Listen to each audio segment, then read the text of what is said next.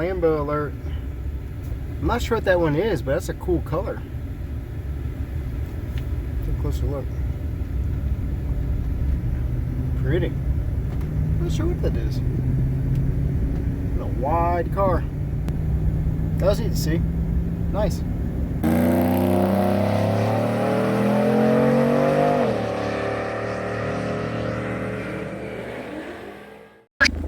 Check this out. Coming in hot. Very cool. Oh, two of them. Nice.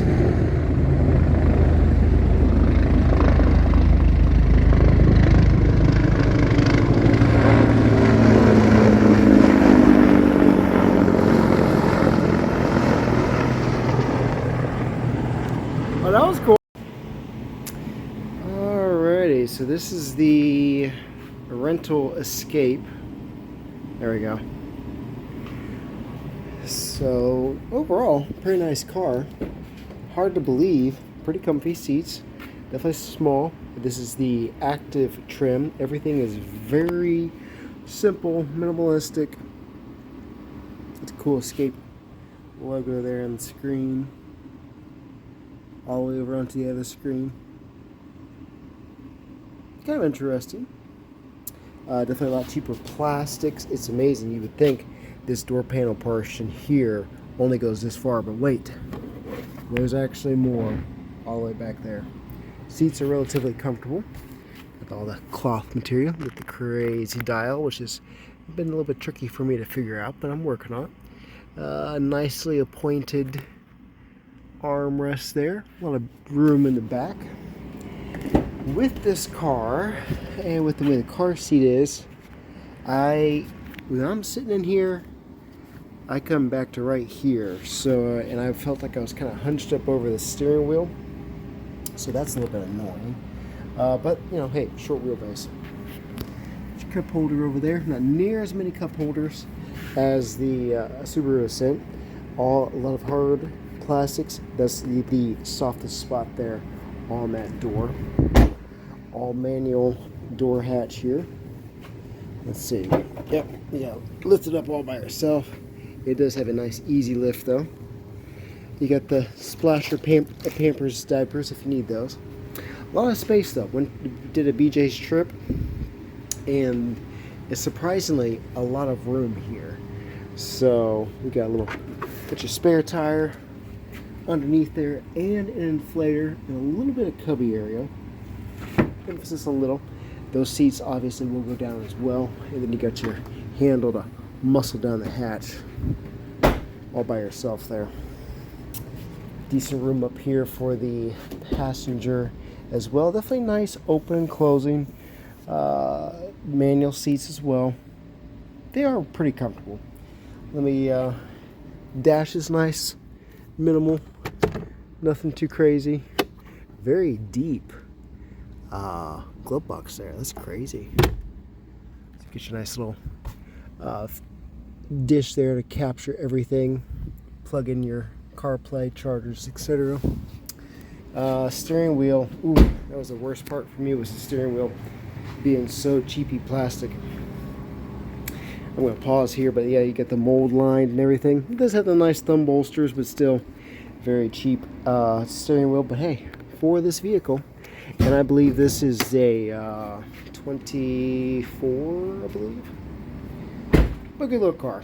Surprisingly too, even with this size of tire, which I think these are 16s, 17s maybe. Yeah, 17, 52, 25, 65, 17s. Ooh, those wheels are dirty.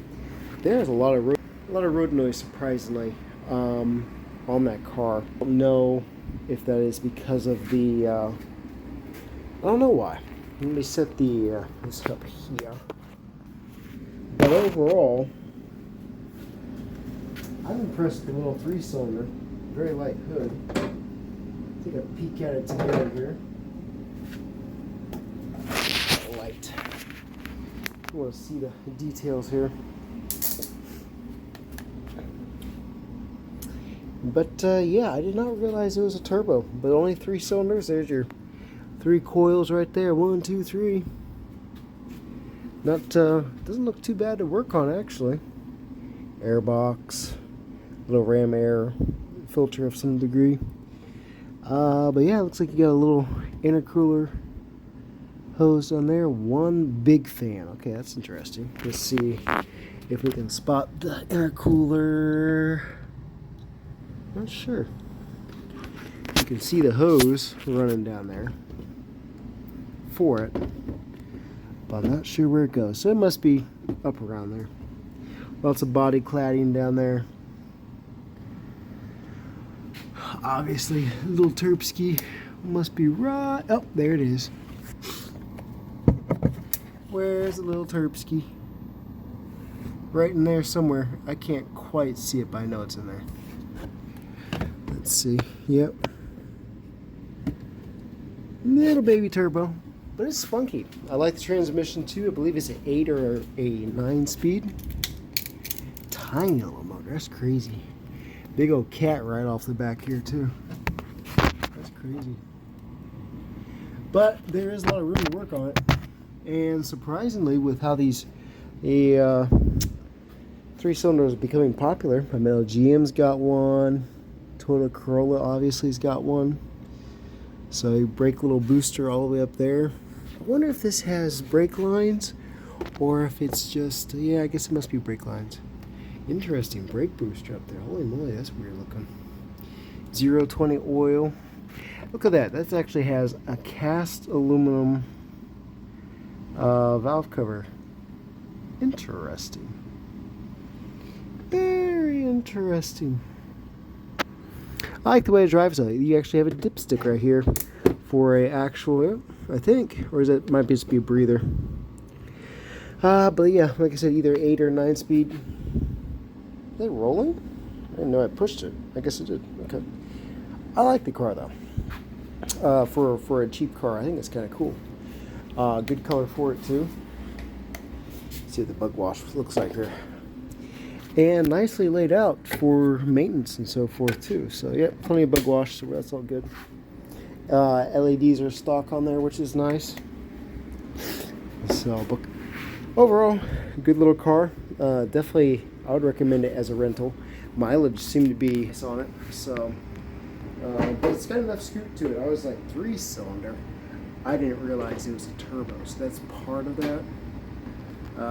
So I actually talked to Barrett. He's like, yeah, it's turbo. I was like, oh, okay. It's a good little car. I think if you wanted, you got your different levels and so forth. Seats probably make it a little bit better. Obviously, if you put some 19s or 20s on there, you're really looking at a good deal. But it's comfy, blows air cool. Everything's nicely, simply laid out. So, cool little car. And probably one of the last ones too, before it's all just Bronco Sports. There's my just looking at review of the Ford Escape. We'll see if there is a driving video eventually. Alright, last drive in the Escape before we take it back to the rental place. Good car though, I like it. Very basic model. But it is a good car. So we need a cheap, efficient vehicle with some decent space. This is the Escape Active, cloth seats, etc. Very basics. All manual seats, but very zippy. It's got a turbo 3-cylinder in it. I think it's an 8-speed auto. And like the driveline on the Explorer, I was really impressed with it. I thought it was very zippy. Not that I would ever drive over the speed limit, but if one was to drive it at 80 miles an hour, it's very smooth, and you really can hardly tell that you're going this fast. I can't switch the camera, but there's a nice seafoam green 65 Mustang on the bottom. Very, very zippy. It's got some sport, bunch of different modes. You got eco mode, you got sport mode. I think you got like a winter traction mode that you can pick and drive through. It's got the weird dial. gear selector, which is still a little bit tricky for me to get a hold of. I'll be trying to go into reverse, and I miss it, and I'm still going forward. So I'm not sure why the mental block for me. But it has an interesting exhaust note.